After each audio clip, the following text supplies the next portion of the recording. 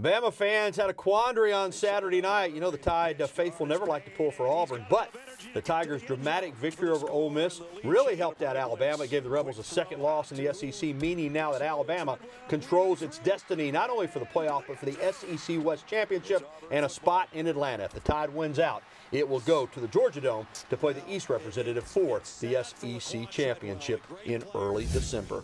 And good evening, everybody. Welcome in to Tider Insider TV, presented by Buffalo Rock Bottling Company alongside Rodney Orr. I'm Gary Harris, and tonight, Rodney, Pepsi next. That great Pepsi flavor, 2/3 less calorie, and boy, it does sound good going. Sound good and taste good going down. All right. Is that your invention there, that noise? Or it is. It is. You know, it's just that smooth flavor going down. Pick up some Pepsi next, the next time that you're at your local grocery store. All right, Rod. You know, the memory a few weeks ago in Oxford is a painful one for Alabama, but it's certainly a lot better now with the fact that Ole Miss has lost twice and they can't block the Crimson Tide's route to Atlanta. Alabama's back on pace, but there is work to be done. But now, because of the loss by Ole Miss to Auburn, you got a 4-game season. If you win all 4, you're going to Atlanta.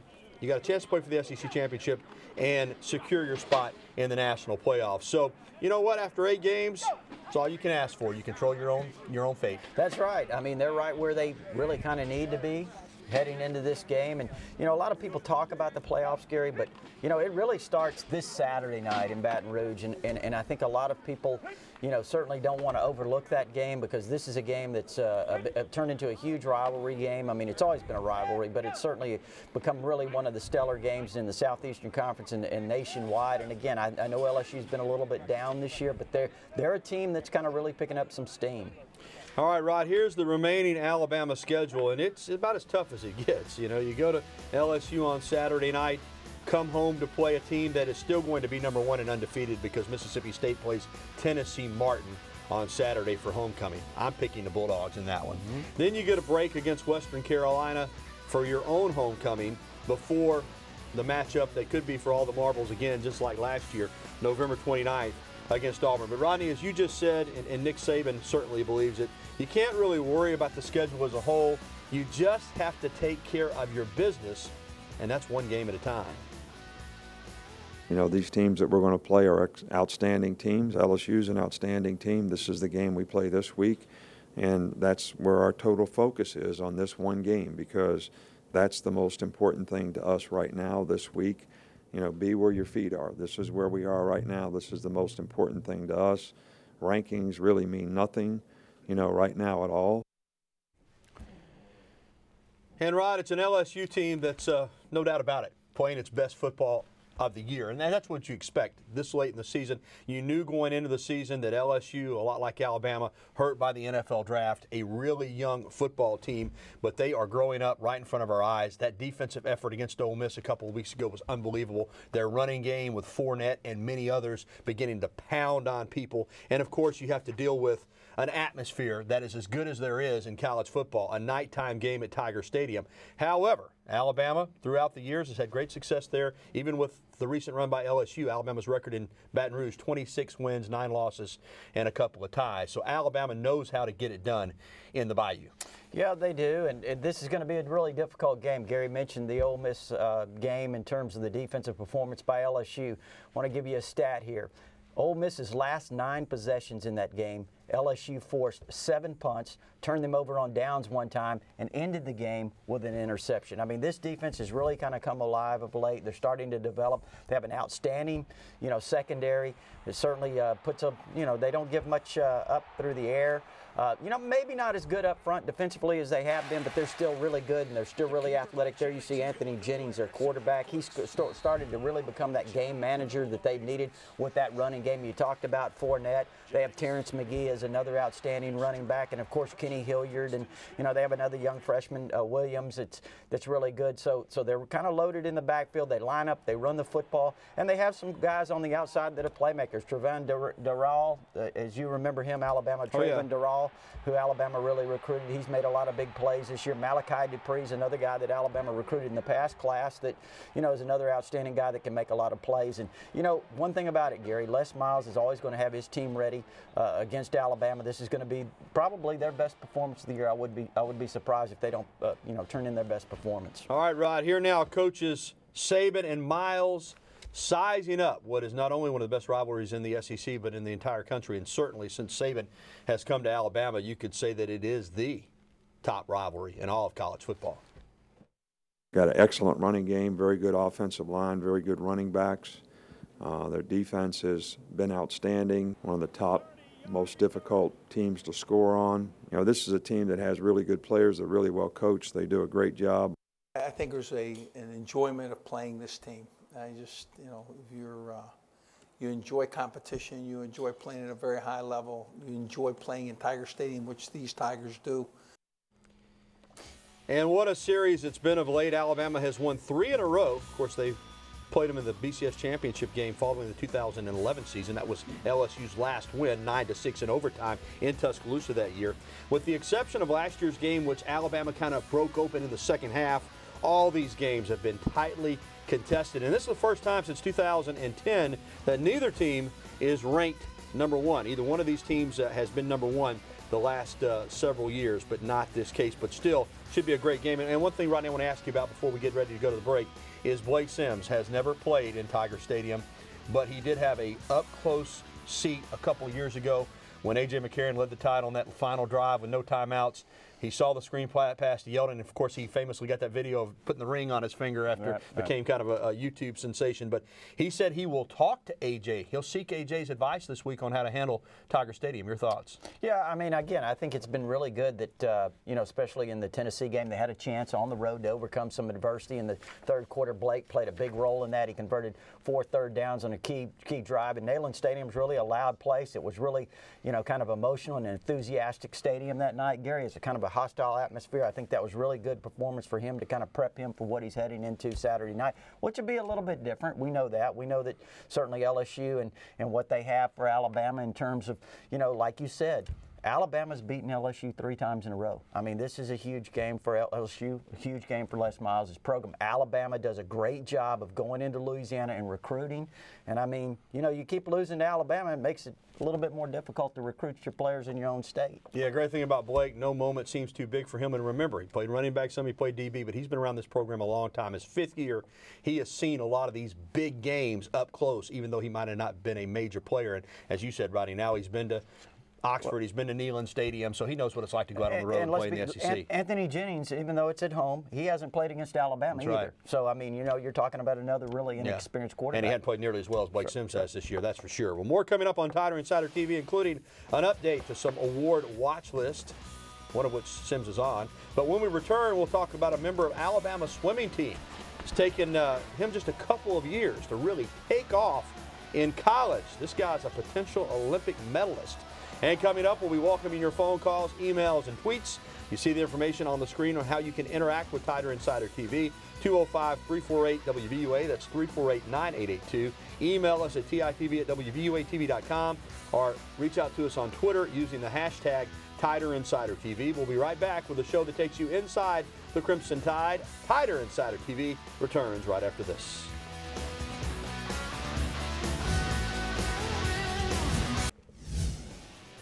Well, they've been a solid throwing and catching combination for Alabama all year, and Amari Cooper is a semifinalist for the Maxwell Award, while Blake Sims has been named to the semifinal list for the Davey O'Brien Quarterback Award. Landon Collins, a semifinalist for the Bednarik Award. So Alabama, as we often talk about, you don't have great football teams unless you have a lot of great players, and the Crimson Tide certainly has its share. Well, the Alabama swimming and diving program has made great strides the past several years. A big reason is Greece national record holder Christian Golomev. WVUA and Tiger Insider TV's Jen Chapman has his story. When the Alabama swimming coaching staff watched Christian swim in the 2012 Olympic Games in London, They knew immediately they wanted his raw talent in Tuscaloosa. What they didn't expect was for the Greek sprint freestyler to come in and win the NCAA title in the 50 free in his freshman year. My start was like probably one of the worst, but also I improved my start, so imagine how bad was my start when I first came here. He's just scratching the surface. He's very undeveloped and has made a lot of progress, but we haven't seen anything yet from Christian. If he can continue to work hard and stay healthy, then he's got a bright future in front of him. This summer at the 2014 European Championships, Christian took 8th in the 50 free and 16th in the 100. And his Crimson Tide pride was on full display. The Eurosport channel, I mean, everybody saw the A on my ankle, and then everybody was texting me, oh, they showed your A on your foot and stuff. That was really funny. Christian is training under former world record holder and Alabama's first swimming national champion, Jonty Skinner. He's such a natural talent that 99% of what he does is what he needs to do. Most of what I've been doing is help him understand why what he does is the right thing. Skinner left South Africa nearly 40 years ago to swim for Alabama, and his accomplishments piled on after that. Now he's passing the torch. There's no guarantee that you're going to get there. I know he has the talent to get there, but you have to do the work. You know, you don't get there through talent alone, not in today's world.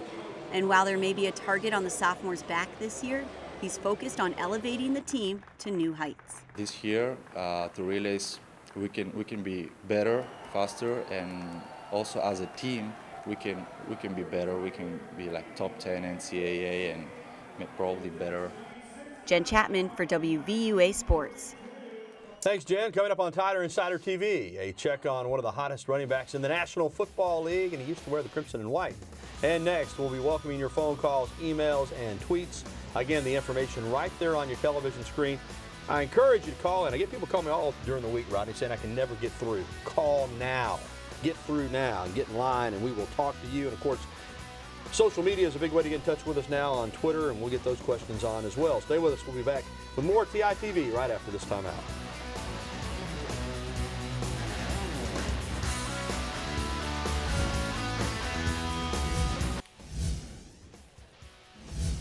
Well, Mark Ingram said, if you give me the chance, I'll show you what I can do. And he's running angry. A 30-carry, 100-yard, 2-touchdown performance against the Panthers. That followed up 172 yards on 24 carries and a touchdown against the Packers. This guy getting it done. It'll be interesting to see when the Saints get healthy at running back if he continues to get the majority of those carries. Here's some other notable performances from former Bama players in the NFL. C.J. Mosley is a tackling machine, 9 tackles and a loss to the Steelers. D'Amico Ryans was having a great game, but unfortunately he tore his Achilles for the Eagles against his old team, the Texans. He is out for the remainder of the season. Tough break for him. Orlando McClain and Rashad Johnson hooked up against each other. Both of them had solid games for the Cowboys and the Cardinals, respectively. All right, it's time to head to the Med Center hotline, Rodney. We've got the phone callers lined up. Let's get right to it. Jacelyn in Oakman is first up tonight. Hey, Jacelyn, how are you? Good. How are you? Very well. Go ahead. Good. I was wondering, do you think Blake Sims will have over 200 yards passing? It's a good question, because I do think Alabama wants to get physical in this game, as does LSU. And I think they want to establish the line of scrimmage, running the ball maybe in a fashion that we haven't seen them try to do all year. Having said that, you can't be one-dimensional. You got to be able to throw the football. Based on the numbers that he's put up this year, I mean, he's had a really good year. Yeah, I think he gets 200 yards passing. May not be a lot over that, but I'd be willing to put my money that he gets 200 yards. Really difficult to predict, statistics and what might happen. But I do think this. I know a lot of people talk about how Alabama sometimes kind of shuts it down against LSU, and it becomes really kind of a running game versus running game, defensive battle, that type of thing. And I think Gary's right. I think Alabama's going to really try to establish the run with Yeldon and Henry. But I also think Alabama's going to throw it some. I think they're certainly going to try to use all their weapons. I think they're going to, you've got Amari Cooper. It's an opportunity to exploit some things in the secondary of LSU, and I think they're going to try to be balanced and make some plays in the passing game. Yeah, I think Blake's going to play well. We'll talk about it more when we make our predictions, but I really think the Alabama offense is going to be good on Saturday night against the Tigers. All right, let's go to West Block and talk with our buddy Trey. Trey, what's up? Hey, what's up, guys? Hey, man. hey, just win, baby. Yeah, that's right. You know, and I'm not a fan of the late Raiders owner, Al Davis, but that's definitely applicable to, Alabama's situation now. You win out, you're in for sure at this point. And, I was flummoxed last week by, the way everything shook out, but in terms of the rankings. But, especially, but I was concerned about Ole Miss, being in the top 4 ahead of Alabama, because had me thinking, well, they're going to have to lose, for Alabama to move in, because of the head-to-head loss that Alabama suffered. But, of course, that's a moot point now. If we win out, we're in. And Trey, of course, my son Keaton will definitely be happy if that happens. Yeah, you're exactly right. I mean, you make a great point. Like Al Davis said, just win, baby. And when you lose like Alabama did to Ole Miss, all of a sudden you need some help. It's not in your hands, but that's been taken care of. And as we said earlier, it's a 4-game season now. Simple as that. Auburn, Mississippi State, those teams are thinking the same thing. LSU and Ole Miss are probably thinking we're not completely out of it. But for Alabama, Ole Miss, or for Alabama, Mississippi State, particularly because Auburn would still need some help getting to Atlanta because they lost to Mississippi State. But for Alabama and Mississippi State, you truly do control your own destiny, because you win the rest of your games, you're going to Atlanta. Well, last week when we were doing the show, a lot of people, some feedback we got, were people, Alabama fans, a little bit upset because Alabama came in number 6 in the polls. But like I said then, it really doesn't matter. There's still so much to play, and you look at what Alabama has left on the schedule, obviously, after LSU, if they're successful there, then they have the number 1 team in the country, Mississippi State, coming to Tuscaloosa. Then possibly, if everything falls right, you're talking about, again, a monumental showdown with Auburn. So Alabama has plenty left, and certainly there was no concern for that. And Alabama's, like you said, we've talked about it. They hold the key to their destiny. All right, Laura Ann's been holding in Jasper. Thanks for holding, Laura Ann. How are you? Good. Go ahead. Do you think Alabama will be able to run the ball against LSU's defense? Laura Ann, we talked about it just a little earlier on the question about Blake Sims. They want to run the ball. This is a game. You can forget about the spread. You can forget about gimmicks. These two teams are going to line up like they always have, and they're going to knock each other in the mouth and see who's the toughest. And, I do think they're going to be able to run the ball. I got a lot of respect for LSU. I know they're playing better, but I have a feeling this is a kind of a coming out party for Alabama. I think the bye week, it came at a good time. I think they're primed, and I think we're going to see Yeldon and Henry and maybe Tenpenny or Tyron Jones or whoever they put back there have one of their better games this year running the football. I think Alabama will be able to run the ball. Certainly need to. They're going to have to, because it's going to be a really physical game. Typical Alabama LSU. I think it's always important that the team that runs the football in this game generally. You remember how Alabama took over the line of scrimmage last year and pulled away in that game. It was really a close game. I think it was 17-14 and a half, and Alabama just came out and dominated the second half up front. I think it's going to be really important that Alabama establish the line of scrimmage on both sides, no doubt about it. And hey, don't forget Justin Fowler. He may be a guy that gets a few carries. He had a really nice run against Tennessee till he fumbled it. Don't fumble it. All right, more to come on Tider Insider TV, including the revealing of the newest top 4 in college football's playoff. That was just released moments ago. And more of your phone calls, emails, and tweets. Some good questions tonight, so keep them coming. You see the information. We'll be right back after this.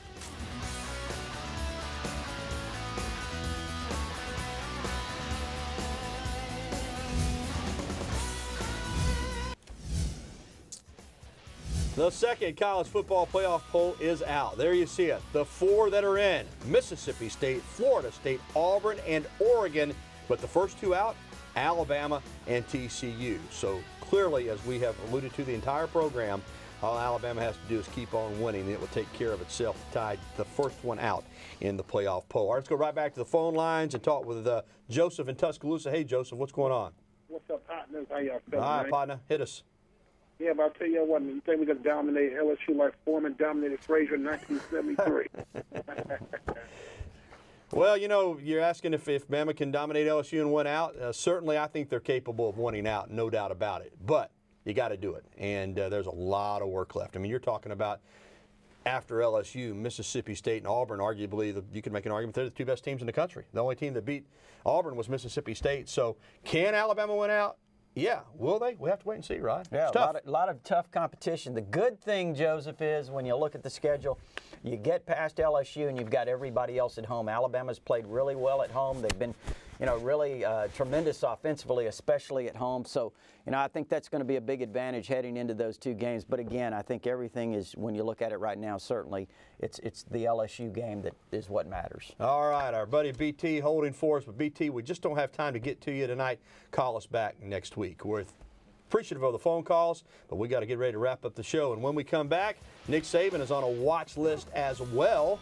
We'll tell you which coaching award he's up for. Plus, an ending to the show that you need to stick around for. It might make you want to dance a little. Stay tuned. TITV is coming right back. Stay with us. Nick Saban is on the initial watch list for the Bobby Dodd Award, given to the coach whose team excels on the field and in the classroom and the community, named after the former legendary Georgia Tech coach. Duke's David Cutcliffe won it a year ago. Alabama's only had one winner since 1976, Bill Curry, who was a Georgia Tech alum back in 1989. Time now for our picks in this weekend's big clash between Alabama and LSU. Rodney, you're up first. Well, when you look at this game, Gary, going to Baton Rouge certainly is a scary trip. They're really a team that's picking up steam. They're, offensively, they're really running the football. I think when you look at their defense, I talked about that prowess on that side of the ball. They really made a lot of improvement. But, I think that this Alabama team is focused right now. I think they're going to go on the road and get the win, although it is going to be a tough game. Earlier this week, I was ready to pick LSU. I kid you not. I was too. On Sunday, I was going to pick LSU. Then I started researching it, and I started looking at this Alabama team. I started looking at the bye week. I started looking at the opportunity that's been afforded by the conference kind of playing out the way it is. And I think this is a breakout game for Alabama. I think the defense is going to stand tall.